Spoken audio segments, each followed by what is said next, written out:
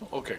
Bueno, señoras y señores, vamos a continuar nuestro estudio bíblico. Esta es la segunda lección correspondiente al día domingo y tiene que ver con el reino venidero, como lo pueden ver en la pantalla. Esta es la lección número 154 y seguimos indagando el asunto del reino ahora, de lo que es la levadura que leuda toda la masa. ¿Cuál es el proceso que ha sido utilizado en el transcurso de la iglesia para que la iglesia para que la masa, que es la iglesia de creyentes, se llene de levadura? Entonces, hemos llegado a este asunto que vimos en la lección pasada y lo que les quiero presentar ahora es el asunto de que Alva McClain dice lo siguiente: la confusión acerca del gobierno de nuestro Señor, y se los voy a poner aquí en la pantalla, la confusión acerca del gobierno de nuestro Señor, o sea, él está hablando del gobierno del Señor Jesucristo que viene en el transcurso del milenio, después de que la iglesia sea levantada en el rapto y que comience la tribulación en la faz de la tierra por un periodo de 7 años. Al finalizarse ese periodo es cuando viene nuestro Señor Jesucristo y establece su reino. Entonces él está hablando de la confusión que existe porque estas personas que están en el campo de la teología ahora también abrazan la teología del pacto. No entienden lo que son las dispensaciones, que en el griego es oikonomía, que la utiliza el apóstol Pablo para designar los diferentes segmentos históricos que son administrados por Dios para traer a su pueblo a Dios. Entonces, dice, la confusión acerca del gobierno de nuestro Señor Jesucristo conduce a serias consecuencias. Hace de la edad presente de la iglesia el periodo del reino intermediario y disuelve el propósito del pacto divino en la nación de Israel. Están oyendo lo que él observa, que disuelve, o sea, lo que Dios le ha prometido a Israel. Y no hay hombre que pueda disolver lo que Dios ha prometido a Israel. Esa es la promesa divina y él lo mantiene con su omnipotencia. Entonces, lo que les quiero enseñar ahora es lo que es la teología del dominio. La teología del dominio. Ya hemos visto lo que pasa con Israel y con el odio que fomenta esa teología dentro del pueblo para que se vierta en contra de Israel. Pero hay otro asunto que es interesante, que es la teología del dominio. Y de ese modo, entonces, no llega a ser una sorpresa descubrir que las enseñanzas de los teólogos del reino ahora están repletos de sentimientos anti-Israel, no solo en contra de la obra futura de Dios a través de Israel, porque Dios tiene un plan perfecto para Israel que lo va a culmar comenzando pues al final de la tribulación, cuando viene a rescatar al pueblo que está por perecer. Ellos claman a Dios, se les cae esta cortinas de los ojos al pueblo de Israel y creen en el Señor Jesucristo y son rescatados, y las promesas hechas a todo el pueblo llegan a ser vigentes para el pueblo como nación. Ya los judíos que han creído en el Mesías en el transcurso de la edad de la iglesia, pues ya son parte de la iglesia, siguen siendo judíos y tienen esa doble porción. ¿Por qué? Porque son los llamados por Dios a través de la semilla. No porque se lo ganaron o se lo merecieron, sino simplemente porque Dios hizo ese pacto con Abraham. Entonces, aquí vemos que no solamente estos sentimientos anti-Israel están en contra de la obra futura de Dios a través de Israel, sino también hace el precursor a su obra, como está representado por la existencia del Estado moderno de Israel. Ustedes saben que Israel tiene que existir en estos momentos para que pueda venir el Mesías. ¿Por qué? Porque Israel va a ser atacado posteriormente por el anticristo y va a establecer ahí este gobierno que él tiene desde Israel, porque él quiere traer el milenio antes de que venga el Señor Jesucristo. E invade pues el templo que ha sido reconstruido y en el lugar santo pone la abominación de la desolación. Y entonces esto es lo que ocurre en el transcurso de la tribulación. Pero ellos dicen que en estos momentos el Señor está gobernando desde el cielo, sentado a la diestra de su Padre en el reino davídico. Pero el reino davídico ocurre aquí en la faz de la tierra desde Jerusalén y no desde el cielo. Por ejemplo, Gary DeMar, así se llama la persona esta, DeMar, expresa tales sentimientos del reino ahora cuando dice: Dios no nos ha llamado a abandonar la tierra, sino para imprimir el patrón del cielo sobre la tierra. ¿Okay? Fíjense que cuando tú escuchas estas palabras parecen, bueno, está bien, pues nosotros estamos aquí para hablar de las cosas del cielo, ¿verdad? Aquí en la tierra tenemos que imprimir las palabras del Señor en la mente de los individuos. O sea, a primera vista, bien, pero no es así, porque vienen de un campo que utiliza esa información y esa información ha salido, pues se ha sido despegada del campo de ellos, como hacer una cita, ¿verdad? Entonces, después similarmente dice, los cristianos tienen que ser obedientes al mandato que Dios ha dado de extender su reino a cada esfera de la vida, a cada esquina del globo terráqueo. ¿Okay? Está muy parecido a lo que dice, vayan ustedes y prediquen el evangelio de la salvación a todo el mundo, ¿verdad? Pero aquí hay algo, hay una agenda adicional debajo de estas palabras. Y eso es lo que nosotros tenemos que discernir. Entonces, porque esto, de nuevo, esto lo que está causando es el antisemitismo, el sentimiento anti-Israel, y eso lo tenemos que cortar inmediatamente porque es una maldición para la persona que entra en ese tipo de actividad. Y si la iglesia lo hace, la iglesia también recibe castigo. Entonces, permítame ponerles aquí a Génesis 1, del 26 al 28. Dice lo siguiente: y dijo Dios, hagamos al hombre a nuestra imagen conforme a nuestra semejanza. Fíjense que está en el plural. Recuerden que Dios es el Padre, el Hijo y el Espíritu Santo. Asunto que el pueblo judío conocía antes de que viniera el sistema farisaico a Israel. Recuérdense que Israel, el templo fue destruido y los libros y todas las cosas que habían estado en ese lugar habían sido destruidos. Lo que sucedió es que hubo una deportación y en Babilonia, pues las personas que habían estudiado la palabra, como se recordaban de ella, etcétera, y recibieron información para volver a hacer el templo, pero ahora tenían el problema de que habían sido dispersados por primera vez y ellos querían proteger al pueblo y por eso instituyen una serie de leyes adicionales para que el pueblo no se pueda acercar al Señor, sino que tengan que pasar por ellos para poder escuchar la palabra. Y eso trajo problemas extraordinarios. Lo mismo que hizo la Iglesia Católica, que no permitía que nadie leyera la Biblia. Entonces tenía que ser filtrada por medio de los jefes de la Iglesia. Y eso causa que a través de esta hermenéutica, por ejemplo, ellos inyecten pensamientos que a ellos les conviene y no son los verdaderos pensamientos que están en la palabra de Dios. O sea que siempre ha existido ese tipo de incursión en contra de la Iglesia, pero no va a poder Satanás destruir a la iglesia. Entonces, fíjense lo que nos está diciendo. Y dice, fíjense, porque esto es lo que ellos están utilizando para respaldar su posición. Dijo Dios al hombre, hagamos al hombre nuestra imagen conforme a nuestra semejanza y ejerza dominio sobre los peces del mar, las aves del cielo, sobre los ganados, sobre toda la tierra y sobre todo reptil que se arrastra a la tierra. Si ustedes leen esto, ¿a quién creen que se está refiriendo? ¿Al ser humano o a los animales?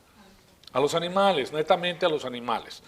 En el versículo 27 dice, creó pues Dios al hombre a su imagen y a la imagen de Dios lo creó. Varón y hembra los creó. Y los bendijo y Dios les dijo, sean fecundos y multiplíquense, llenen la tierra y sosyúguenla, ejerzan dominio sobre los peces del mar, de nuevo lo dice, sobre los peces del mar, sobre las aves del cielo, sobre todo ser viviente que se mueve sobre la tierra. Este ser viviente está en una categoría que son animales, pero ellos van a utilizar todos seres vivientes como parte del empuje que tienen ellos. Y se lo estoy dando para que ustedes se den cuenta de dónde saca la información. Y después en el próximo versículo, que es el versículo de Mateo en el Nuevo Testamento, Mateo 28, del 18 al 20, nosotros podemos ver a nuestro Señor Jesucristo hablando con ellos. Y acercándose Jesús les habló diciendo, toda autoridad me ha sido dada en el cielo y en la tierra. Vayan pues y hagan discípulos de todas las naciones, bautizándolas en el nombre del Padre, del Hijo y del Espíritu Santo, enseñándoles a guardar todo lo que les he mandado. Y aquí yo estoy con ustedes todos los días hasta el fin del mundo. Ahora fíjense, enseñándoles a guardar todo lo que les he mandado. Entonces ellos dicen que lo que nos ha mandado está en Génesis 2.26, que subyuguen a todo el mundo. ¿Se dan cuenta? Es muy importante porque él no está hablando de seres humanos ahí, sino que está hablando de animales. Y tan claro, o quizás más claro, que su teología del reino ahora es la mentalidad anti-Israel de Gary DeMar cuando proclama lo siguiente. Fíjense lo que él dice. Y esto es lo que él proyecta. ¿Dónde se encuentra esta super señal en la Biblia?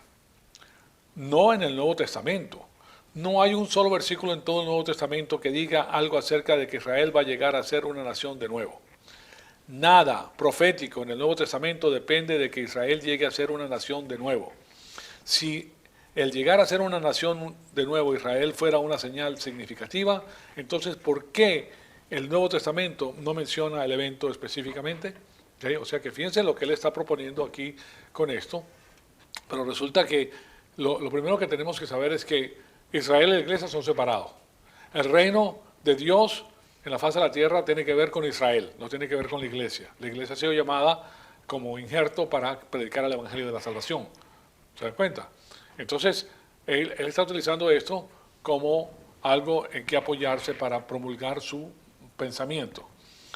Podemos encontrar un patrón idéntico también en las enseñanzas del teólogo del reino ahora llamado Gary North. Estos son los proponentes, esto sale en los Estados Unidos, señoras y señores, estos movimientos de teólogos, porque aquí se estudia mucho la palabra de Dios. ¿Okay? Y también hay mucho, debido a que hay tantas personas en un lado, también hay personas del otro lado.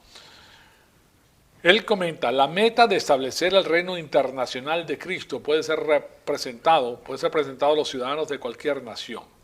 Y en otro lugar dice, de los cristianos se requiere que lleguen a ser activos en la edificación del reino visible de Dios. ¿Estás viendo eso? Está diciendo que en el transcurso de la iglesia nosotros tenemos que estar haciendo un reino visible, cuando la edad de la iglesia es la edad de los héroes invisibles. ¿Por qué son invisibles? Porque nadie sabe quién ha llegado a madurez espiritual. ¿Se dan cuenta? Esos son los héroes. Los héroes son los que llegan a madurez espiritual, los que conocen la palabra de Dios, los que saben de qué se trata. Es un estilo de vida, no es un cambio de manera externa, sino que tú tienes cierto conocimiento que aplicas a tu vida personal y nadie sabe que tú eres una persona que está avanzando espiritualmente, porque eso es interno, no se puede medir. ¿Ok? Entonces, todo esto es parte de lo que él está diciendo. Y después similarmente explica, si la iglesia cristiana fracasa en edificar el reino visible por medio de la ley bíblica y el poder del evangelio, a pesar de la restauración de Cristo y la presencia del Espíritu Santo, a pesar de la resurrección de Cristo, perdón, y la presencia del Espíritu Santo, entonces ¿qué tipo de religión estamos predicando? Gary North también enseña la parábola que se encuentra en Mateo 13, 24 al 30.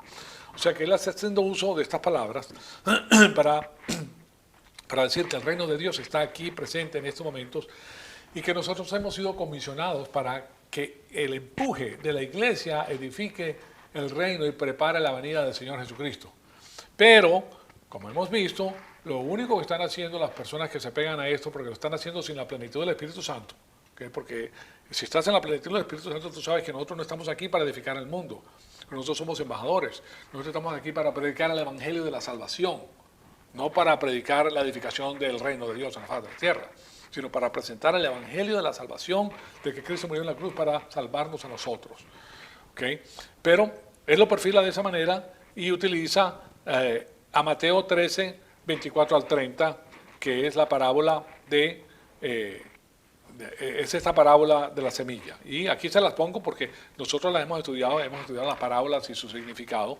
Es muy parecida a la parábola de la levadura, pero esta la perfila de una manera diferente. Fíjense lo que nos dice. Jesús le refirió a otra parábola diciendo, ahora, yo quiero que ustedes sepan, el Señor Jesucristo está hablando al pueblo judío, pero específicamente le está hablando a sus discípulos. Y él lo dice en parábolas al pueblo judío para que no lo entiendan. ¿Sí me están escuchando? Para que no lo entiendan. Posteriormente, los discípulos, que una vez que nuestro Señor Jesucristo muera, van a llegar a ser los apóstoles, ellos sí tenían que entender el asunto.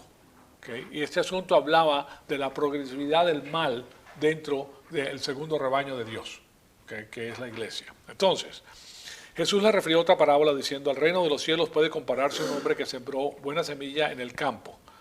Pero mientras que los hombres dormían, vino su enemigo y sembró cizaña dentro del trigo y se fue. Cuando el trigo brotó y produjo grano, entonces apareció también la cizaña. Y los siervos del dueño fueron y le dijeron, Señor, ¿no sembraste buena semilla en tu campo? ¿Cómo pues tienes cizaña?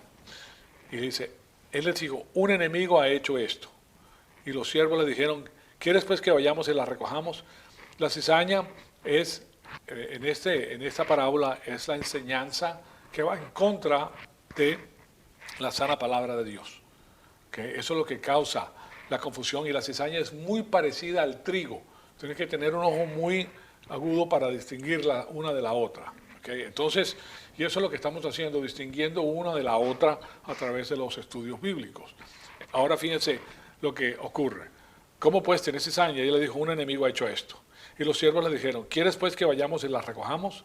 Pero él dijo, no, no sea que al recoger la cizaña arranquen el trigo junto con ella. Dejen que ambos crezcan juntos hasta la siega, y al tiempo de la siega diré a los segadores, que son los ángeles, recojan primero la cizaña, átenla en manojos para quemarla, pero el trigo recójanlo en mi granero. Ahora, les voy a decir una cosa que es muy interesante. Estos teólogos del reino ahora son cristianos, su mayoría. Creen en el Señor Jesucristo, creen que el Señor Jesucristo fue a la cruz y murió por ellos. Pero han sido llevados a este otro lugar porque están abrazando enseñanzas de diferentes seminarios teológicos que tienen este punto de vista. Entonces, sin saberlo, están abrazando una enseñanza que está en contra de lo que predica el Evangelio. La pregunta es, ¿se salvan esas personas después de haber hecho esto? Porque aquí dice, pero el trigo recógelo en mi granero, pero aten la cizaña y átela en manojo para quemarla. ¿Qué significa eso entonces? ¿Son echados al lago de fuego estas personas que siembran la cizaña? ¿No? Ahí dice, recojan primero la cizaña, o sea, lo que ellos han puesto, y átenla en manojo para quemarla. Pero el trigo recójanlo en mi granero.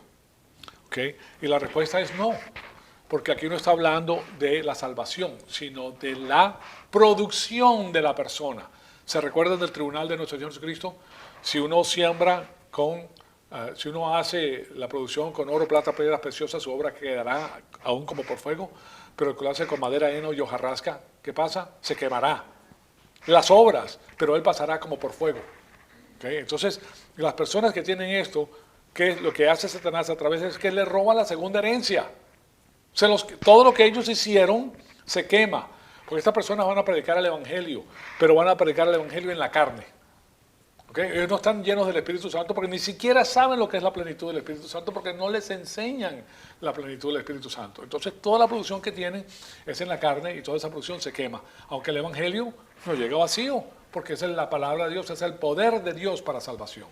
Entonces Dios utiliza el bien y el mal para llevar su plan al fin. Entonces, ahora, en los versículos 36 al 43 del mismo capítulo viene la explicación. ¿Okay?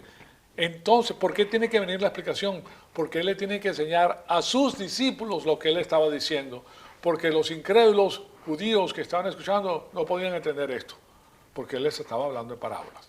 Entonces, dejó a la multitud y entró en la casa, y se le acercaron sus discípulos diciendo, explícanos la parábola de la cizaña del campo. Y respondiendo él, dijo, el que siembra la buena semilla es el Hijo del Hombre, y el campo es el mundo, y la buena semilla son los hijos del reino, y la cizaña son los hijos del maligno. ¿Okay? Los hijos del maligno tienen que ver con los incrédulos, y tienen que ver con el pensamiento incrédulo en este caso, el pensamiento del sistema del mundo.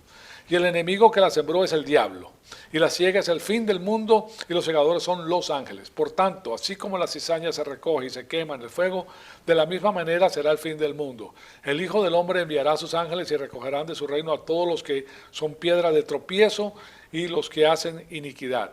Hay muchos cristianos que permanecen en la faz de la tierra, que no crecen, que sirven de piedra de tropiezo. Son como la carga del mosquito, antes de que venga la carga del elefante para un creyente que está creciendo. O sea que son un impedimento, porque estas personas no quieren conocer al Mesías. Entonces, y los que hacen iniquidad, y los echarán en el horno de fuego, y ahí será el llanto y el crujir de dientes. Entonces los justos resplandecerán como el sol en el reino de su Padre, y el que tiene oídos que oiga. Entonces, mucha de esta producción, lo que está diciendo aquí es que mucha de esa producción es hecha por los incrédulos que se pasan como creyentes. ¿Okay? Pero si la persona ha creído, se salva, pero su producción se quema. ¿Okay? Pero hay personas que dicen que son creyentes para esquilmar. ¿Okay? Yo les comenté acerca de este médico que él se enteró que yo era pastor y me dice, ay, yo quiero invertir en ese negocio porque es un negocio buenísimo. ¿Okay? Porque eso es lo que hace, pues en la televisión te están pidiendo dinero todo el tiempo. Bueno, según Gary North, Esta se refiere a la edificación del reino de Dios, no simplemente a la iglesia institucional. Que según Gary North, estas parábolas tienen que ver con la edificación del reino de Dios. Y claro está, nosotros sabemos que el reino de Dios pertenece al pueblo judío, no a la iglesia. Y al igual que Gary DeMar, el sentimiento anti-Israel es tan claro en las enseñanzas de Gary North como lo es su sistema de creencia del reino ahora. Pero tenemos a este señor que les voy a mencionar, es un amigo mío, es un teólogo extraordinario, se llama Tommy Ice, ¿verdad? Que está en el campo de la sana dispensación, y él nos da el siguiente reporte. Gary North se ha jactado de que tiene un libro listo en su computadora para cuando Israel sea empujado al mar o convertido a Cristo. O sea que él jura que Israel va a ser empujado al mar por las huestes del maligno, a menos de que crea en Cristo. Hay cierta certeza en lo que él dice al final, pero como yo les he comentado, el Israel en incredulidad que está ocupando el área de Israel no va a ser echado de Israel porque Dios no lo va a permitir. Tiene que estar ahí hasta la venida del Señor Jesucristo. ¿Okay? Simplemente que en el proceso de la depuración que le dijo Dios a los antiguos que iba a pasar Israel por el crisol para que una vez que los creyentes estuvieran en él, creyeran en él y se dieran cuenta de que él era el Mesías, entonces es que va a implementar eso y está de acuerdo pues con las maldiciones del monte Ebal y las bendiciones del monte Gerizim que se le da al pueblo de Israel cuando entra a la tierra de Canaán, que es conducida pues no por Abraham, no por Moisés, sino por Josué. Entonces, aquí vemos que todo esto es algo sumamente importante, porque ese sentimiento es muy sutil, ese sentimiento anti-Israel. Cuando hablamos de Israel es anti-judío, es la misma cosa, ¿se dan cuenta? Entonces, eso es lo que estamos viendo en esta ocasión. También vemos el asunto del dispensacionalismo progresivo. La palabra progresiva es muy interesante porque hoy en día el comunismo ha cambiado su nombre. ¿Okay? Ahora el comunismo no se llama comunismo. Ahora, ¿cómo le dicen al comunismo? Le dicen Progresistas. Sí, neoprogresivo. Neoliberal, tiene ese nombre, y progresistas. Ya no le dicen comunistas, sino progresistas. ¿Okay? Porque le cambian el nombre. Cuando ya no suena bien o se ha quemado mucho el nombre debido a los resultados que produce, le cambian el nombre. Ah, ya no, ahora no es eso, ahora es esto. Pero es la misma cosa con diferente color. Hay un dicho, la misma... también esa no la había oído, pero sí, es la misma cosa. O sea que solamente le cambian el nombre, pero sigue siendo la misma persona. Bueno, entonces, también podemos notar una forma similar, pero menos severa, de la marginalización de Israel en su papel en los tiempos finales.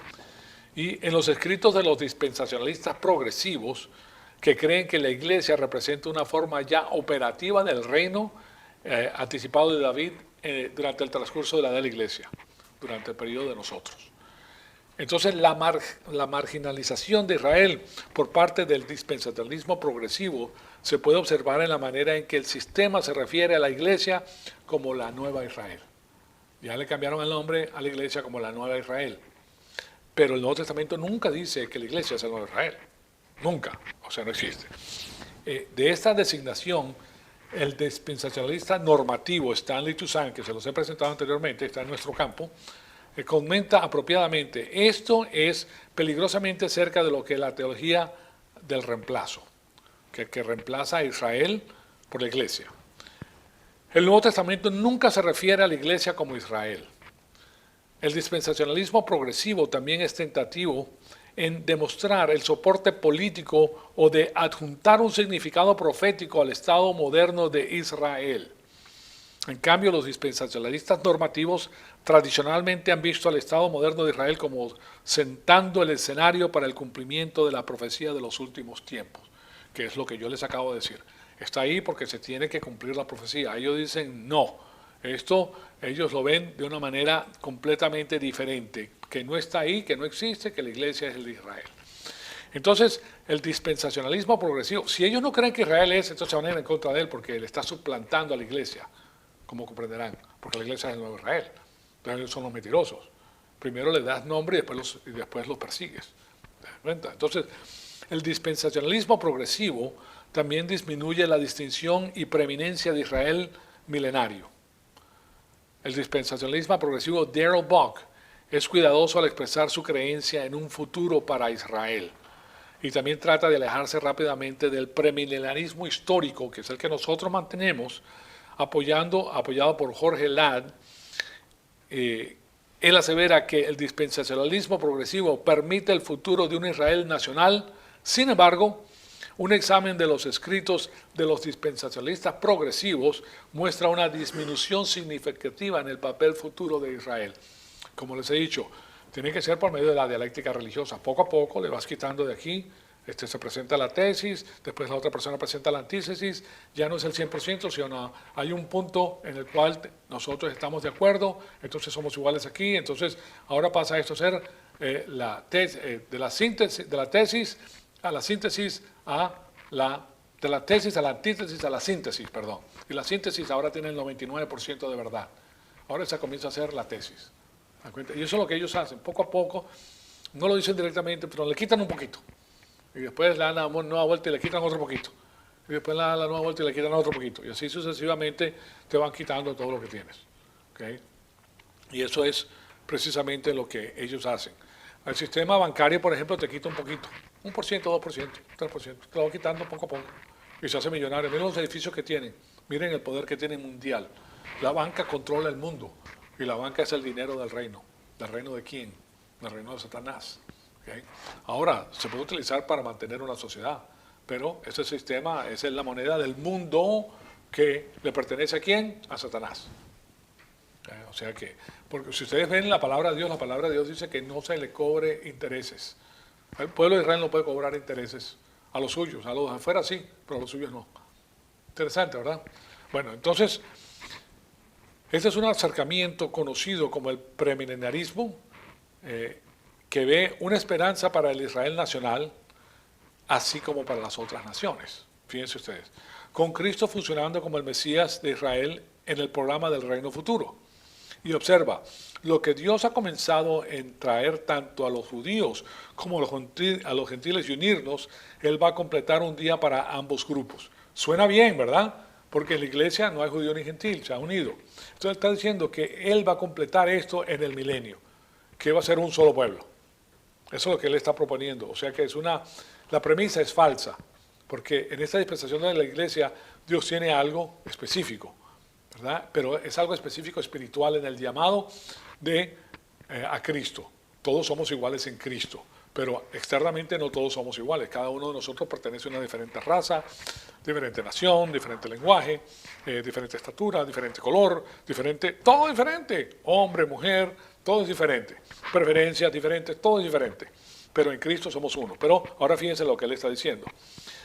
Es lo que Dios ha comenzado a traer tanto a los judíos como a los gentiles y unirlos. Él va a completar un día para ambos grupos. Las declaraciones de esta naturaleza parecen implicar no solo la negación de la preeminencia milenaria de Israel, sino también es una supresión y de todas las distinciones judías y gentiles durante el milenio, que las va a haber. ¿Okay? De la misma forma, el señor Craig Blazing contiende lo siguiente. Y les pongo lo que ese es el campo que está haciendo estos pequeños cambios para atraer a las personas a su punto de vista. Dice lo siguiente, ahí lo tienen ustedes. Un judío que llegue a ser cristiano el día de hoy no pierde su relación especial con las promesas del Israel futuro. Los cristianos judíos van a unirse al remanente de la fe del Antiguo Testamento en la herencia de Israel, y los cristianos gentiles van a unirse con los gentiles salvados de las dispensaciones previas. Todos juntos, judíos y gentiles, van a compartir las mismas bendiciones del Espíritu, como queda testificado por la relación del judío y el gentil en la iglesia de esta dispensación. O sea que él está equiparando lo que ocurre durante el transcurso de la iglesia entre judíos y gentiles espiritualmente con lo que va a suceder en el milenio. Entonces, pero está comparando naranjas con manzanas. Les digo eso porque yo creo que vayan viendo lo que él está haciendo. El resultado va a ser que todos los pueblos van a ser reconciliados en paz y sus diferencias étnicas y nacionales no van a ser causa para hostilidad. En las formas iniciales del dispensacionalismo, por todos sus énfasis en el futuro de Israel, excluyen a los cristianos judíos de ese futuro, postulando a la iglesia como un grupo diferente de Israel y de los gentiles. Eso es lo que él dice. Pero claro está, eso no es así. Ahora les voy a decir el por qué. A esta interpretación, Robert L. Thomas, este es uno de los pasados profesores del Seminario Teológico de Dallas, responde. Y aquí se los pongo. Estas palabras aparentemente abogan por una igualdad en la cual todos los redimidos comparten la igualdad del papel que desempeñan en el mismo reino, en el reino de Dios, en el milenio, cuando venga nuestro Señor Jesucristo, sin distinguir entre Israel y el cuerpo de Cristo, que son dos cosas diferentes. Esto significaría que Israel ya no sería el pueblo y los recipientes especiales de las promesas del Antiguo Testamento que se les hicieron. O sea, ha quitado de ellos las promesas divinas que son específicamente para el pueblo de Israel, que fue llamado de los pueblos paganos. ¿Correcto? Bien, entonces el dispensacionalismo progresivo, dice, amplía las promesas de Israel para incluir a aquellos que están fuera de Israel, y al hacer eso se olvidan de la singularidad de los descendientes de Abraham en el plan de Dios. Eso es algo como una degradación de Israel nacional. Muy sutilmente, porque él lo que te propone es muy sutil, parece bonito, ¿verdad? Porque siempre parece bonito lo que ellos dicen. Pero cuando lo examinas profundamente te das cuenta, aquí sí le está restando, o sea, está mermando las promesas divinas a Israel, está diluyendo a Israel como tal. Entonces hay algo que no funciona muy bien. Entonces el sistema progresivo subordina ese papel haciendo a los no israelitas los recipientes de las mismas promesas que Dios le dio a Israel. O sea, un tipo de promoción para los creyentes no israelitas. ¿Sí se dan cuenta? O sea que él está haciendo algo que no está de acuerdo. El resultado de los dos es el mismo, de las dos maneras de pensar. El Israel nacional ya no es el pueblo especial de Dios. Lo ha sacado así sutilmente del lugar especial que Dios le ha dado a Israel. ¿Por qué? Porque le está diciendo que es la misma cosa. Y de más está decir que la representación del papel futuro de Israel, o la carencia de ese papel, es el resultado de espiritualizar el texto, no solo de Apocalipsis 21:10, que dice lo siguiente. Este es el texto de Apocalipsis 1:10. Apocalipsis 1:10. 1 al 10. Porque tenemos que ver lo que se está utilizando. Y vi a un ángel que descendía del cielo con la llave del abismo y una gran cadena en su mano, y prendió al dragón y la serpiente antigua, que es el diablo y Satanás, y lo ató por 1000 años. O sea que en el transcurso del reino milenario, Satanás no va a estar vigente. ¿Está vigente Satanás en la edad de la iglesia? Sí, está completamente vigente, pero no va a ser así en el transcurso del milenio. Y lo arrojó al abismo sobre él para que ya no engañara más a las naciones hasta que se cumplieran los 1000 años. Después de esto debe ser desatado un poco de tiempo. También vi a tronos y se sentaron sobre ellos y se les concedió autoridad para juzgar. Ya hemos visto que los que están en el trono son ¿quiénes? Los miembros de la iglesia. Esos son los que están juzgando y están en un turno rotativo. Y vi las almas de los que habían sido decapitados por causa del testimonio de Jesús y de la palabra de Dios, y de los que habían adorado a la bestia.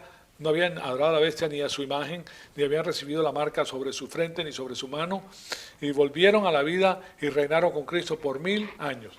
Esto ocurre durante el transcurso de la tribulación, específicamente el transcurso de la tribulación, y eso atañe ¿a quién? A Israel, no a la iglesia. La iglesia no va a estar aquí, nosotros no vamos a estar aquí cuando eso ocurra. Versículo 5. Los demás muertos no volvieron a la vida hasta que se cumplieron los 1000 años. Esta es la primera resurrección. Los demás muertos son los incrédulos. Ahora, en la próxima parte dice, bienaventurado y santo es el que tiene parte en la primera resurrección, que son los creyentes. La muerte segunda no tiene poder sobre estos, sino que serán sacerdotes del Dios y de Cristo y reinarán con él por 1000 años. ¿Están oyendo esto? Van a reinar con él por 1000 años. Claro está, el rango tiene su privilegio. Todos nosotros podemos hacer esto, señores, no hay excepciones. Y cuando los 1000 años se cumplan, Satanás será soltado de su prisión y saldrá a engañar a las naciones que están en los 4 extremos de la tierra, Gog y Magog, a fin de reunirlas como para la batalla. El número de ellas era como la arena del mar, y subieron sobre la anchura de la tierra, rodearon el campamento de los santos y la ciudad amada, pero descendió fuego del cielo y los devoró. Y el diablo que los engañaba fue arrojado al lago de fuego y azufre, donde también está la bestia y el falso profeta, y serán atormentados día y noche por los siglos de los siglos. Entonces, además de esto, pues ellos alegorizan el resto del libro y también mucho del Antiguo Testamento espiritualizándolo, porque tienen que tergiversar el asunto para que ellos puedan presentar su punto. Entonces, el dispensacionalismo retiene la posición única de Israel al frente durante el reino milenario, debido a que esa es la posición que la interpretación gramática histórica le da. Nosotros entendemos que Israel va a estar a la vanguardia de todo el globo terráqueo, señoras y señores. Este es el pueblo que Dios ha preparado para eso específicamente. Entonces, cualquier negación de la preeminencia de Israel milenario está en conflicto con los numerosos pasajes que predicen la supremacía de Israel sobre las naciones y los gentiles en el milenio. Entonces, ¿qué hacemos nosotros? Como los de Berea, escudriñamos la Escritura. Y aquí se los voy a poner para que sin duda alguna se den cuenta que Israel es preeminente y no como lo dice el campo de este señor que dice que no, que él junto con las naciones y todos van a ser iguales. Y no, no señor, no es así. Entonces, vayamos primero que todo al Antiguo Testamento, donde se encuentra la información de las promesas que se hacen. Y la primera que vemos se encuentra en Deuteronomio 13, 28, 13. Fíjense lo que dice. Y te pondrá el Señor a la cabeza y no a la cola. Solo estarás encima y nunca estarás abajo. Eso es, si escuchas los mandamientos del Señor tu Dios, que te ordeno hoy para que los guardes cuidadosamente. ¿Está hablando con quién? ¿Con la iglesia o con Israel? Con Israel. Ahí estaba en el Deuteronomio, ahí no existía. Esa es la segunda ley dada en el Pentateuco a Moisés. Y después más adelante, en el transcurso del tiempo, está Isaías. Y Isaías nos dice lo siguiente. Y acontecerá en los postreros días que el monte de la casa del Señor será establecido como cabeza de los montes. El monte son las naciones. ¿Okay? Entonces la nación de la casa del Señor será establecido como cabeza de los montes y se alzará sobre los collados y confluirán a él todas las naciones. Y vendrán muchos pueblos y dirán, vengan, subamos al monte del Señor, a la casa de Dios de Jacob, para que nos enseñe acerca de sus caminos y andemos en sus sendas, porque de Sión saldrá la ley y de Jerusalén la palabra del Señor. O sea que los pueblos gentiles tienen que ir allá a adorar. Pero él dice más, en Isaías 14, del 1 al 2 dice, cuando el Señor tenga compasión de Jacob, Abraham, Isaac y Jacob, que es Israel, ¿verdad? Escoja de nuevo a Israel y los establezca en su propia tierra, en el milenio, entonces se les juntarán extranjeros y se unirán a la casa de Jacob. Los tomarán los pueblos y los llevarán a su lugar. Y la casa de Israel los poseerá como siervos y siervas en la tierra del Señor. Tomarán cautivos a los que los habían llevado cautivos y dominarán sobre sus opresores. ¿Okay? Fíjense ustedes lo que nos está diciendo. En Isaías 49, 22 dice, así dice el Señor Dios. Oh, no. ¿Sí? Ok. Así dice el Señor Dios de los ejércitos.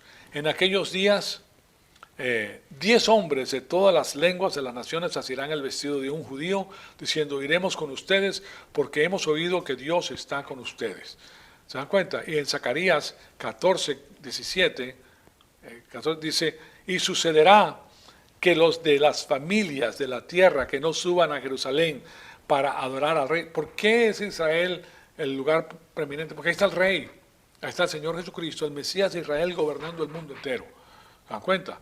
El Señor de los ejércitos no recibirán lluvia sobre ellos. Si no van a adorar al Señor, ahí queda el asunto.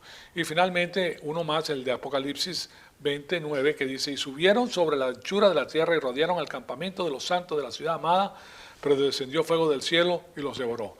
Eso es al final del milenio que Satanás es soltado y trata de destruir esto, pero Dios no lo permite. Entonces, nos damos cuenta que mientras que repetidamente Darrell Bock se refiere a una esperanza y a un papel para el Israel nacional, quizás una terminología bíblica más apropiada sería la esperanza de Israel y el papel, no un papel. El apóstol Pablo indica que la esperanza para el mundo entero descansa sobre la respuesta de Israel nacional al Evangelio. Y aquí les voy a dar dos más y con esto vamos a concluir. Primero que todo en Romanos 11:12 dice, y si su transgresión es riqueza para el mundo. La transgresión de Israel fue dispersado por el mundo entero y los judíos en la diáspora fueron por todas las partes del mundo y el Evangelio ha salido en predicación para el mundo entero. Si su transgresión es riqueza para el mundo y su fracaso es riqueza para los gentiles, ¿cuánto más será su plenitud cuando sean establecidos? ¿Verdad? Si ahora que están fuera son, ¿cuánto más cuando estén adentro? Y en Romanos 11:15 dice, porque si el excluirlos a ellos es la reconciliación del mundo, ¿verdad? ¿Qué será su misión sino la vida entre los muertos?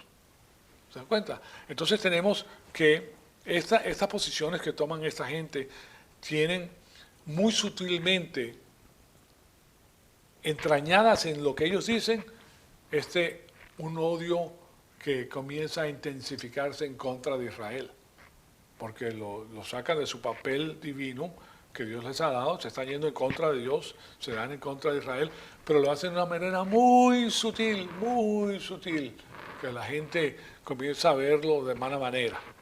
Y después se va intensificando. ¿Por qué? Porque como parte del proyecto satánico es la destrucción de Israel, señoras y señores. Entonces él tiene que presentarle al mundo una visión de Israel que sea completamente adversa a la posición de la ética que ellos tienen. ¿Para qué? Para verlo como un enemigo y destruirlo. Pero, claro está, Dios no lo va a permitir porque eso va en contra del plan que Él ha hecho pues, para Israel y de las promesas que tiene. Entonces, ahí culminamos nuestra clase el día de hoy. Amado Padre, te damos las gracias por esta oportunidad extraordinaria que nos has dado de escuchar tu palabra. Te pedimos que el Espíritu Santo nos siga retando, Señor amado, para seguir creciendo y para conocer todo el consejo que tienes para nuestra vida. Te lo pedimos para la gloria y honra de tu Hijo amado, nuestro Señor Jesucristo. Amén.